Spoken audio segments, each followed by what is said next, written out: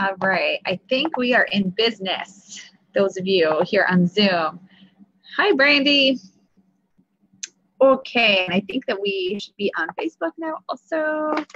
It takes a minute. There's a little delay on the Facebook getting situated. So if everybody is, if anybody's watching on Facebook, I'm looking for my video on here. We are here for our next part of our class as part of our, oh gosh, what did I do? As part of our screen, I'm taking screenshots by accident. Hi, Rebel. We're here for Unlocking Abundance, the last segment of this class. So we started about a week ago. Hi, Helen on Facebook and Jennifer on Zoom. So we started about a week ago with this Unlocking Abundance journey, and we are wrapping up today with the Muggle stuff. So on the first day, we talked about storytelling, and I had you do the tough work of looking at the story that you've told yourself to date around abundance. So where you're abundant, where you're not abundant, what's holding you back, all that good stuff. That was last Thursday. So on Saturday, we did a little ceremony.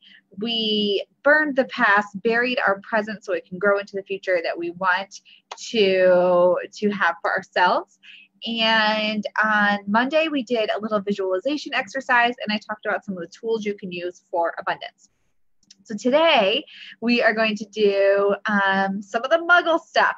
So hello, everyone. Hi, Amy and Lisa here. Yes, Lisa, you've been on lots of lives recently.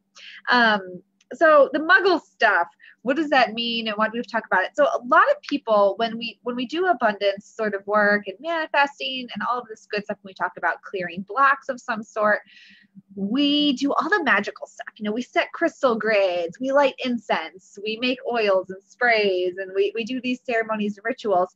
But there's a lot of like mundane Muggle stuff you have to do to show the universe, to show all that is, or God, or whatever you believe in, that you are ready and open to receiving all this good abundance that you're trying to bring into your life.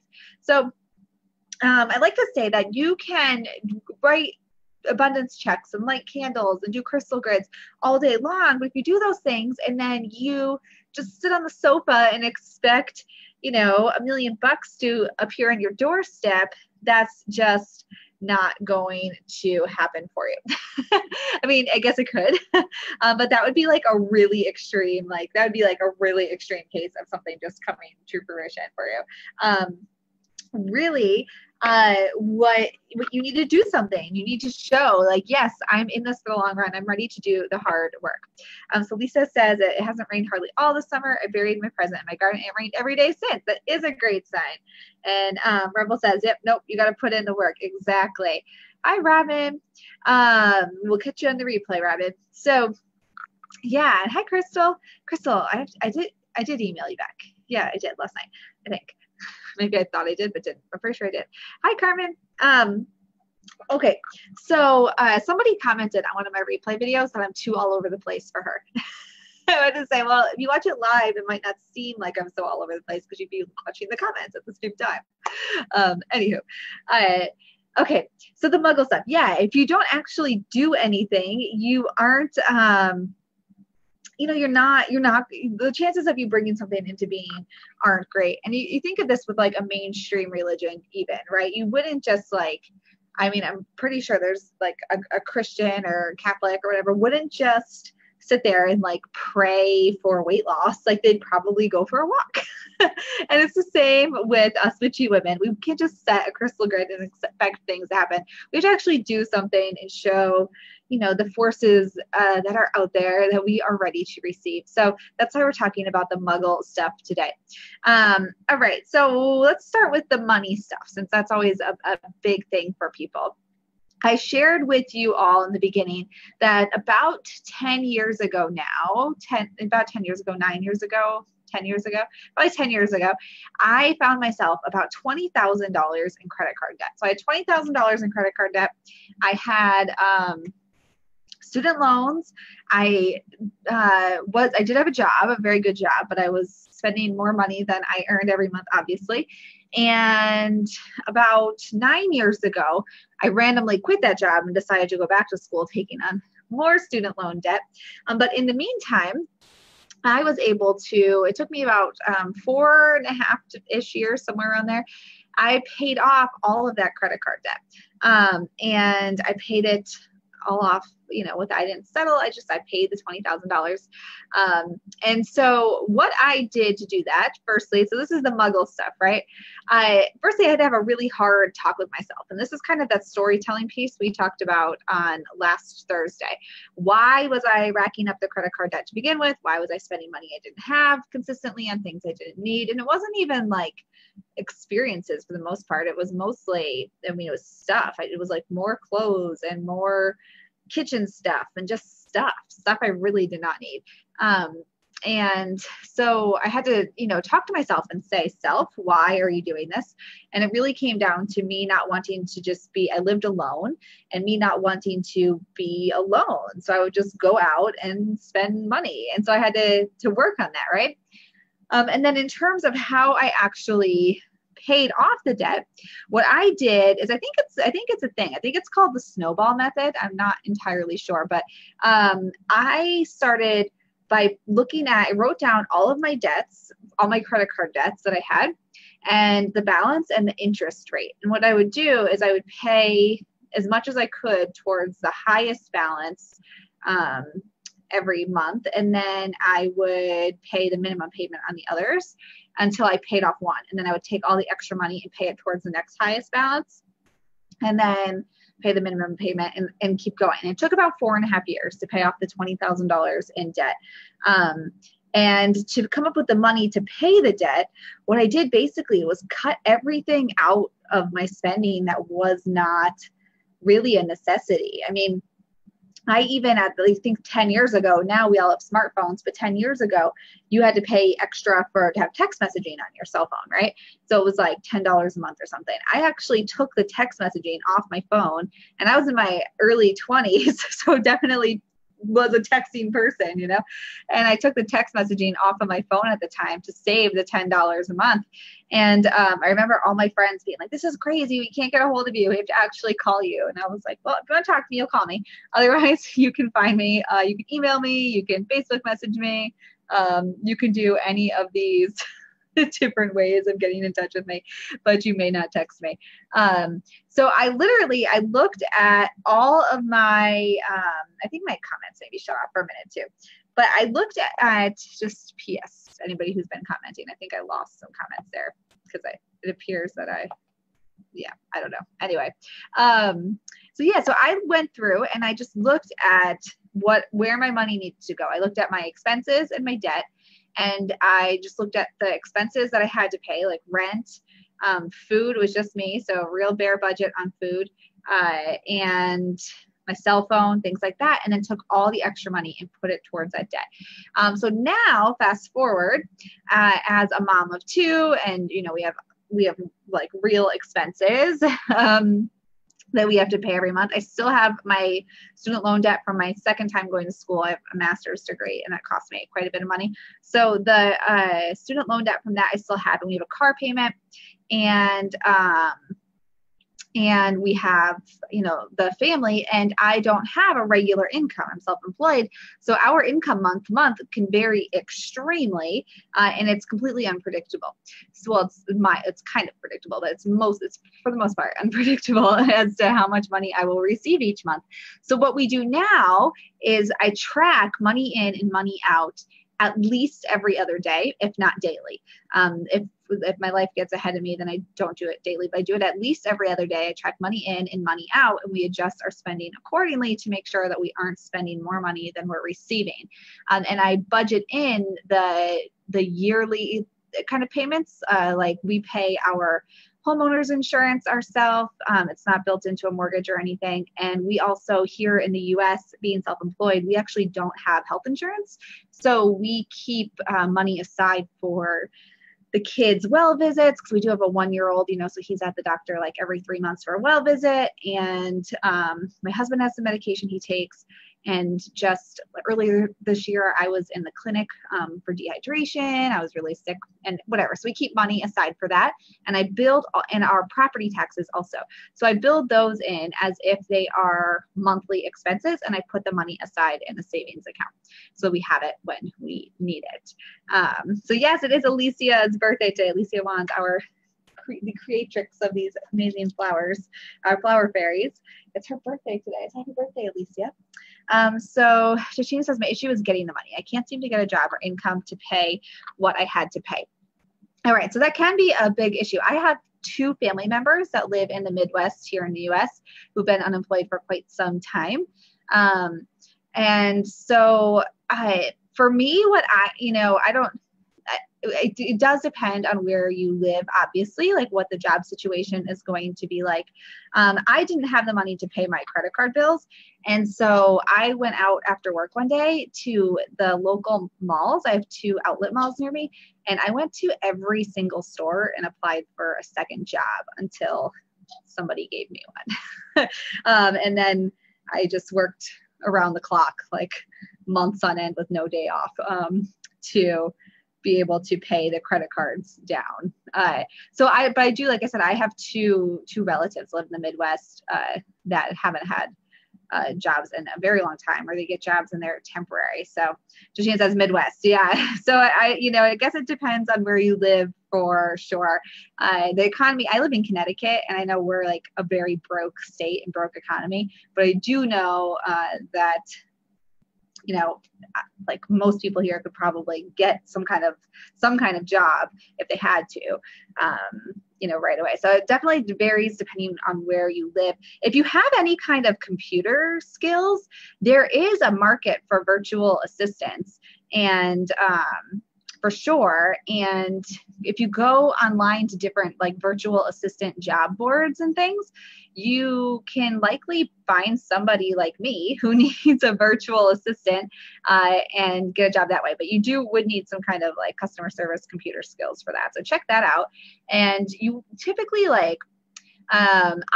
when I needed somebody, I just hired somebody right here out of our community, Nikki, who is my assistant. She knew the Sisters Enchanted backwards and forwards and was always helping people out anyway.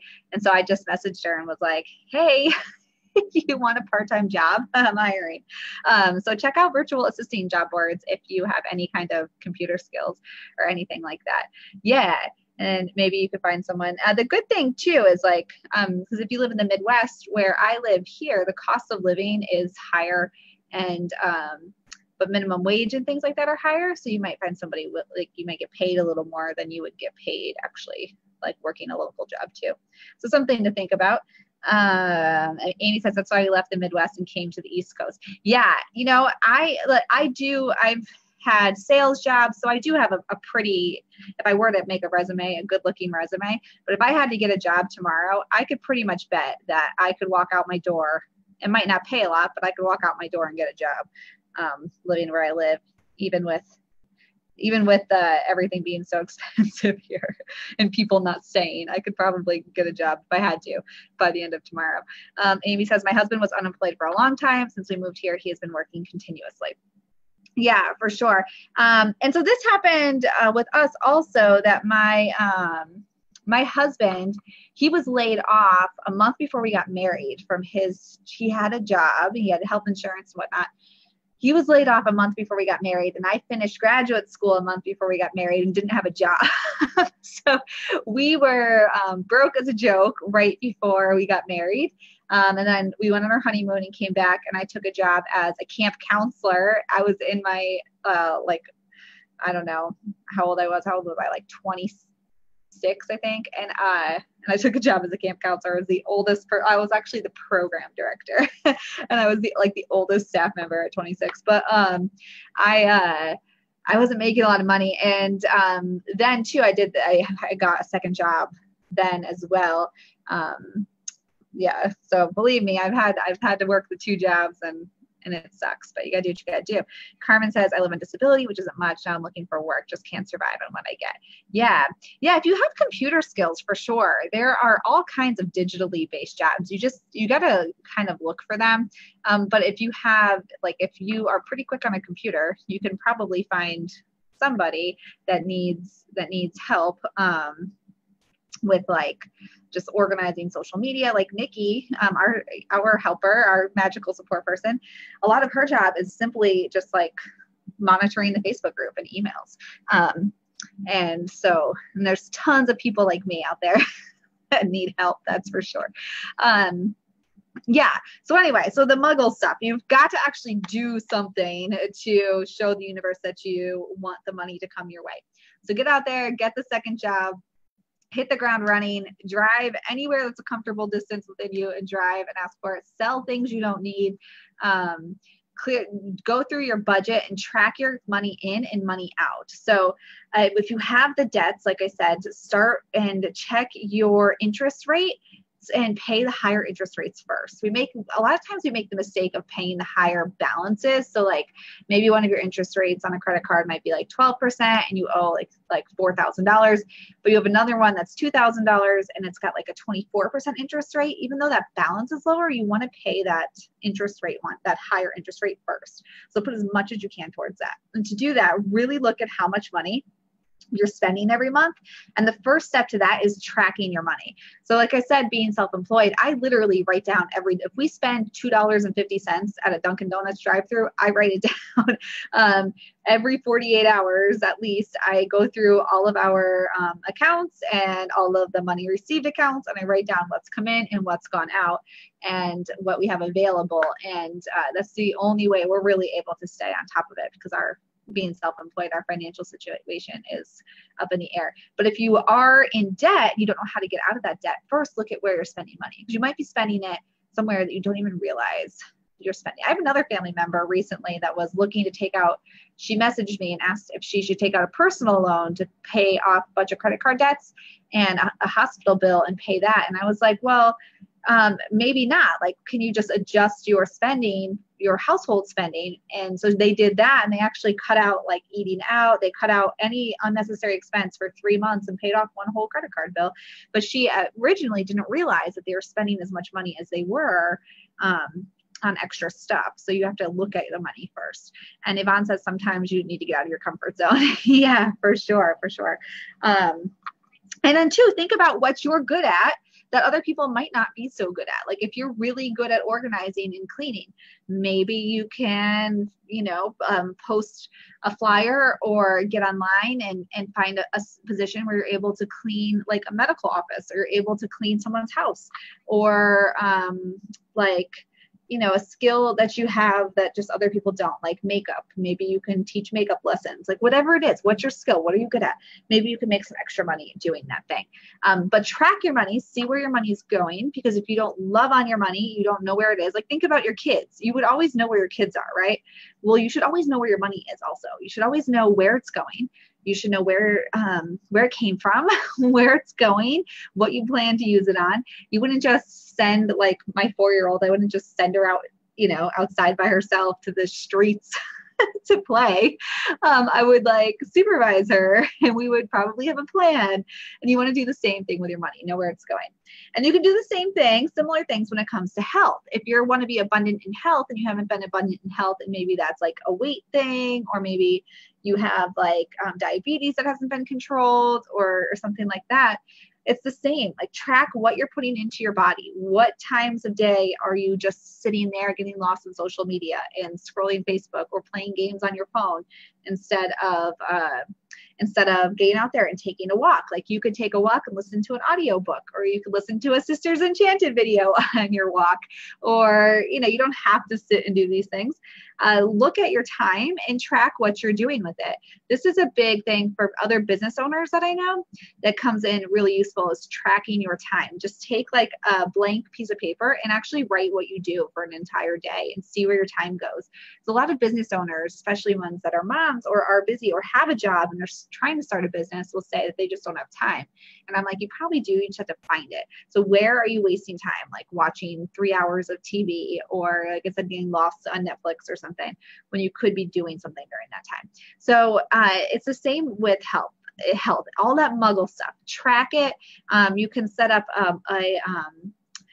there's habit tracking apps you can put on your phone, and you can mark off like when you drink your water every day, or you've gone for your walk every day. Actually, an acquaintance of mine, they just made an app, and I forget what it's called, but you actually pledge money. So you can pledge like $20 or something. And you have to track your thing, like whatever you say it is. If you're going to go for a walk 30 minutes a day, every day for 14 days, right? You pledge $20 or whatever.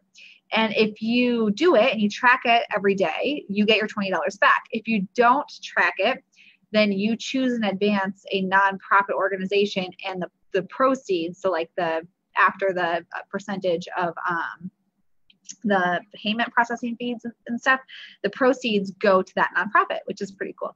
So there's all kinds of apps and things that you can download and make a game out of habit tracking. But if it's health too, do the same as you would with your money.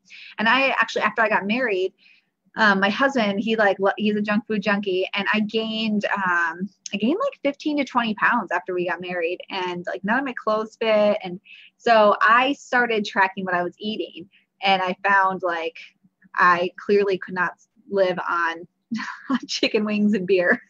So I had to switch that up, right? But I didn't realize that. I always thought I ate pretty healthy. I was like, oh, I don't eat that bad. And then when I started writing down what I was eating, I was like, crap, I do eat really bad. And then I changed it, and I was able to lose 20 pounds just by changing my eating. But I didn't realize that I was eating so poorly until I wrote it down. I am a big proponent of writing things down. Write down your money, write down your food, and see what the heck it is you're doing with yourself. And write down your time also. Write down your time, your money, your food, and see, like, because especially in our busy world, I think a lot of times everything flies by. You don't even realize that. You don't realize how many times a day you swipe your credit card. You don't realize how many times you're putting a cookie in your mouth. You don't realize how long you've been sitting down, because we're just like in this fog of stuff, Hi, Lisa. So Sheila says, I know I added up just buying a daily coffee and lunch and was shocked at what I was spending. Exactly. And you wouldn't even realize it, because you're like, oh, it's like $12. It's like $5 or something. And I recently had to talk with this about my husband. He like loves to spend money. And I think I've shared this, I don't know if it was in this series or another class, but I grew up with like no money, and he grew up not having to worry about money. And so as an adult, I'm like, oh, the money, where's the money? And he's like, oh, it's fine. We don't need to worry about the money. And he'll do this, or he's like, oh, we can go here. It's no big deal. It's going to be like $30, or it's only $30. It's only $20, whatever. And I'm like, every time you say that probably adds up to like $600 a month. You say that so often.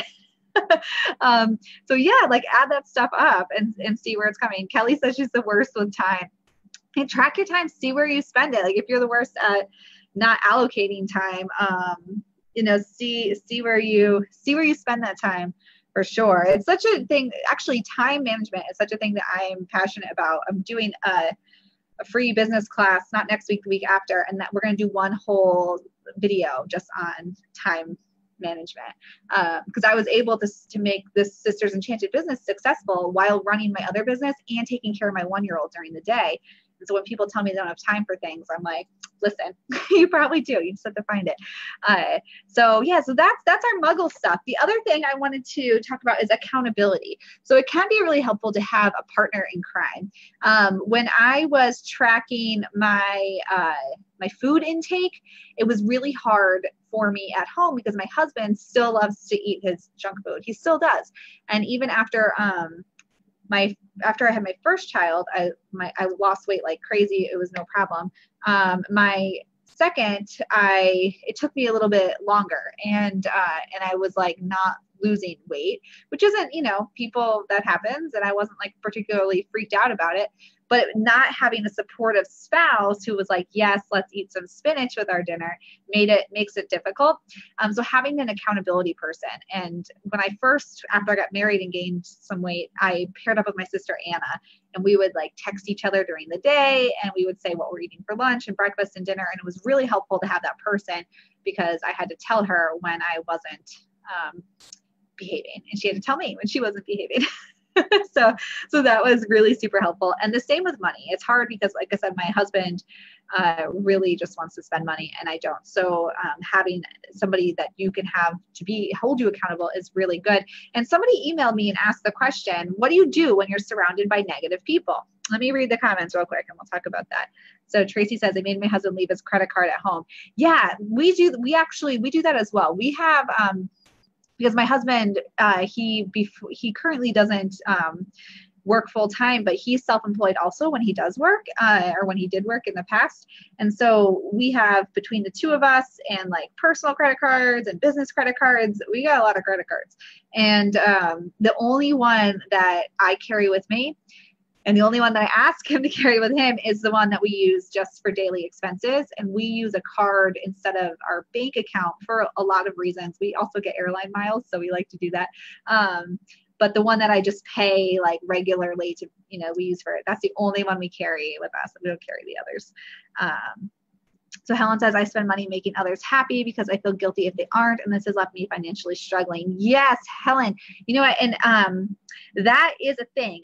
This was when I was in my early 20s and got myself in credit card debt. Part of what got me there was, well, one, I didn't want to be alone. So I would go out and I'd go shopping, but I would buy things for other people. And part of that for me was coming from growing up. I didn't have a lot of things I wanted to have. And I have family members that didn't have a lot of money either. And so when I got a job fresh out of college, making more money than a lot of my family members made in their, as middle-aged people, I would buy stuff for people, like expensive stuff, like appliances and things. And like my siblings, I would buy them stuff. And I just like wanted to buy stuff for people and make them happy. And like wanted to buy things that people couldn't buy me. And I did not serve myself at all in doing that.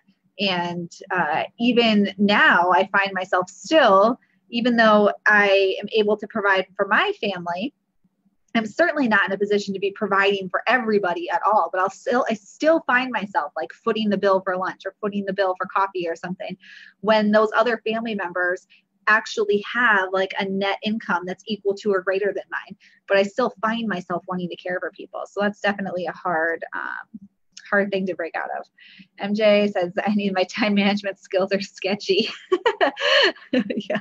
Time management people, write down. Hi, Jen. So Yvonne says, these videos help me to see that I also need to talk to my husband about what we spend. I'm the one that takes care of the bills, but then he doesn't know what we usually spend the money on. Yeah, that can be a hard conversation to have. So know that when you're having that conversation, if it feels hard, you're not the only one. It's still hard for us to have that conversation, again, because my husband grew up not ever having to worry about money. And I definitely did have to worry about money. And so we come at it from two very different perspectives for sure. But it helped when I started to write everything down, because then he would see like where money was being wasted. And I was able to show him like, yes, it's only $2, it's only $12, it's only $30. But when we're doing that, like, because I'll buy coffee out or we'll get lunch out or whatever, and that adds up, and like I'm able to tell him, like we just need to eat food at home sometimes, which isn't helpful because I don't like to cook. So it means he has to cook. Jen says, my hubby does that. He always wants to pay for everything when we're with family and it makes me nuts. Yeah. Yep. My husband did that recently. We were at breakfast with his mom and sister, and my husband like pulls out the credit card to pay for it. And I wasn't going to say in front of the whole family, like, no, but we got in the car. I was like, why are we buying them breakfast? His sister's like, doesn't have any kids. She lives alone. She's got like barely any expenses. And his mom is very well off. I'm like, why did you do that? Don't do that. We'll pay for ourselves. We don't need to pay for everybody. Yvonne says in our case, it's the opposite. He just says he wants to enjoy his hard work. Yeah, my husband will say that too. He'll be like, I don't work, or we don't work to not spend money or something like that. And I'm like, yes, but we need to be able to live our lives too. So Nicole says there's no need for multiple credit cards really. I think that compounds money problems. If it's there's people will use them, and here lies the issue. If you don't have the physical cash, you can't afford it. Credit cards are good for unexpected expenses, like having to buy out of the ordinary expenses, furnace, stuff like that. Don't use it for day to day. Yeah, well, if that's what works for you. For us, being self-employed, what works for us is using our credit card for day to day. Because there's some times in the month where I have no money in the bank, and then other times when I have a lot of money in the bank. So for us, it works, and I pay the balance every month. If it doesn't work for you, then don't do it. There was definitely between the time that I started paying off my credit cards in my early 20s until like 28, probably like 4-year period, 5-year, where I didn't have I had no credit card. I just used my debit card, and we get Southwest points on our credit card. So we fly like 3 times a year for free. So we definitely use ours. I'm not going to lie, but we pay the balance every single month. And I do that because at this point, I'm disciplined in my money spending. So Yvonne says, but I'm making food every day so he can take food for lunch. Yeah, Kelly, my boyfriend, has gotten me out of so many bad spending habits. He's really good with money. That's awesome. Tracy, my husband, came for money, and he has a throwaway attitude. I live with scarcity mentality on some expensive items. You see, but if you know these things, right, then that's where you can make changes. Lisa says mine just spends every penny he gets frivolously. He said he works for it, so you should be able to spend it. I hear that a lot. Yeah. Kelly, however, we just got a nice big house that needs all the decoration. And I need all the Sisters Enchanted classes. Yes, I feel your pain. Andrea, I purchased home 8 years ago. It was handyman special, and then got really sick. Ended up in a hospital for 6 months, nursing care at home for 18, which resulted in a wheelchair. We never had a chance to fix the house and wheelchair modifications. It's in such disrepair. And now, since I'm not working anymore, our income is half. We are really in a bad financial spot, barely making ends meet. So I'm working hard to create abundance. Yes. So you can, who's that? Andrea, thanks for sharing that. And those hard things, we talk about that actually all the time. Like we don't talk about it all the time, but like, what would happen should something happen to me or something, and because I'm our household income provider right now. So those things happen, and they're so hard. And it can be helpful too. Remember too, that if you are in a place where, like you, Andrea, where like craziness happens, to reach out to services in your area. Like if you have people that are able to come to you and help you with setting up like an online job board, or like apply for jobs online or whatever, like use those community resources. And that's a way of showing also that you're working on abundance, right? Jen says, seriously, when we are out to dinner with 20 people, that's a small family dinner, and you always grab the bill. Yeah. We have a business one, and it sends us checks back. It's definitely where they are. Nicole says, absolutely. Key is to pay it back right away. Yes, we do as well to get air miles. Being disciplined is required. Yes. Yeah. And you do need a credit card for a credit score. I have 2 siblings who didn't get credit cards until their mid to late 20s. And the way credit card rules are now, you can't get a credit card when under 21, I think, without a parent's signature or something. And then both of them, one of my siblings is 25. I'm the oldest of 7. We're step and half, and one is 28. And they were both of them were not able to get credit cards. And as a result, had no credit and couldn't get apartments because they couldn't get a credit score, like a credit check. And so I helped them both out by searching out credit cards you could get with no credit, and we got them signed up, and they both had like a $300 credit limit, and both of them have had trouble getting cars. They both make good money, but because they have no credit score, they couldn't get an apartment. And around where we live, you need 2 months down plus like a great credit score and everything. And so we had to work really hard with both of them to get them built up fast so they could get a place to live, and in one case, get a car. Lisa says, Andrea, my nephew is in a wheelchair. My sister bought a house, and they found a charity that built a ramp.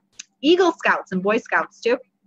I know scouting's kind of a hot topic right now, but in our area, there's always Eagle Scouts doing projects like that. So Andrea says that's what I did. Yeah. And that's like a way though of accepting abundance and showing that you're ready to be abundant and taking those services that are available to you. So Jen had a 26-year-old sister have the same problem.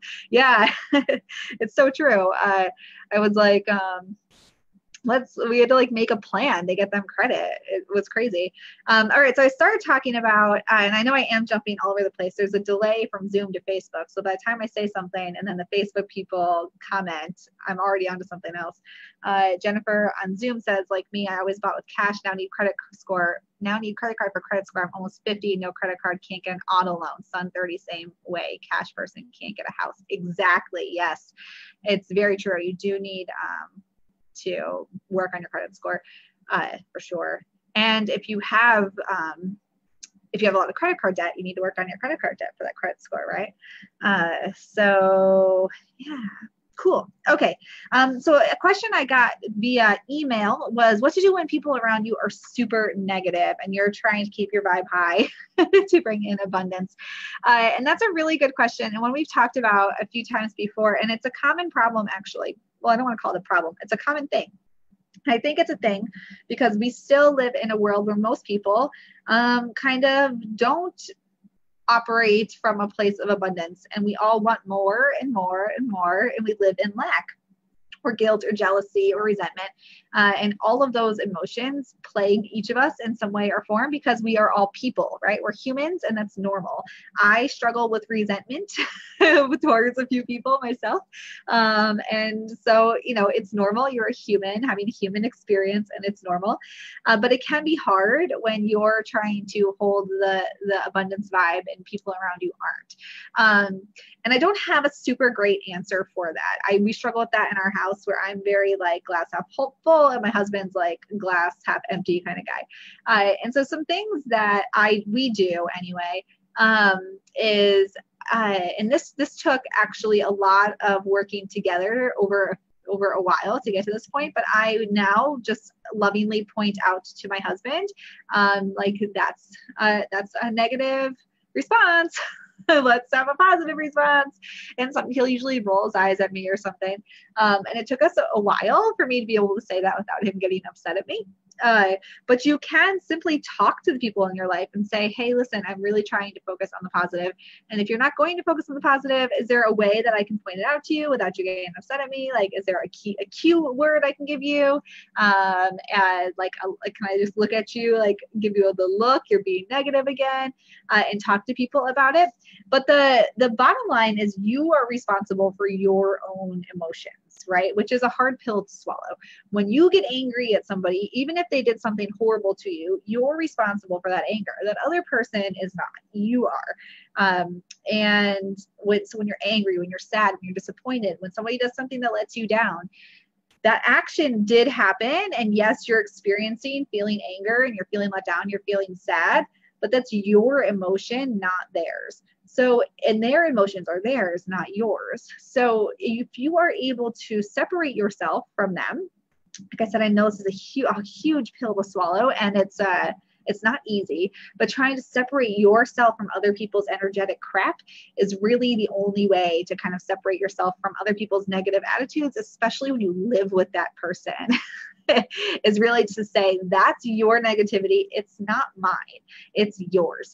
And when you're looking at cultivating abundance or bringing abundance into your own life, and you're like, okay, but I'm trying to be abundant for my whole family, right? Like for my husband, my kids, whoever, and he's so negative. How do I do that? You still want to focus on yourself, because if you're abundant financially, you're going to be able to do things for your family members. So focus on bringing that abundance in for you rather than like say your partner, your kids, your mom, your dad, whoever. Focus on bringing the abundance in for you so that you can help and serve them in a way that feels good for you. So you're still wanting to focus on yourself as much as you can, which I know is really super duper difficult. Believe me, I experience the same things. And when it's in terms of health, if you're like trying to eat a salad, and in my case, like my husband's always like, let's get a cake. He's out right now buying ice cream. We made an apple pie this morning. My daughter read this book, How to Make an Apple Pie and See the World, and she wanted to make a pie. So we made an apple pie, and my husband, as if that's not bad enough, my husband's now out buying ice cream for the pie while I'm over here like, I can like barely zip my pre-pregnancy pants. Like, let's lay off the cakes. And it's hard, but focus on, yourself, and don't worry about their energy. If you try, it's hard, but you got to. And Jen says, I think also realizing you won't always get validation for your hurt feelings or whatever from those people helps too. Yes, exactly. Because they are yours, and it's not any other person's responsibility to take that on. It is like, if you're in a committed relationship, in my opinion anyway, like, you're in that relationship because there's part of you that wants to give yourself, right? So it's your job to try to give yourself in a way that's supportive of your partner, but that doesn't mean taking on their emotions, which is hard for sure. So MJ has that book too. Yeah, we read it and we made the apple pie in the back of the book, but I used store-bought pie crust. I was like, I'm not about to make a homemade pie crust on an 85-degree day here in my house with 2 small kids. Store-bought it is. Yeah. So anyway, so that's Muggle stuff for you. Really, it comes down, in my opinion, the Muggle stuff for any abundant work you're trying to do is tracking your stuff. If it's money, track money in, track money out. What are you spending it on? Track your debts, your interest rates. What can you pay off those highest interest rates first and pay them down accordingly? Health, what are you eating? Where are you wasting time? Where are you, sitting around and lollygagging instead of getting moving and doing something? Where are you consistently snacking when you could be snacking on something, apples or something different? And then time too. If you say, I don't have time for these things, where are you spending your time? Because you can probably find sometime somewhere to make an improvement in your life to bring in more abundance for you. So that is your Muggle stuff. So what your homework is going to be when I put the thread up is to share with us what Muggle thing you're doing to bring your abundance, to bring abundance your way. Yeah.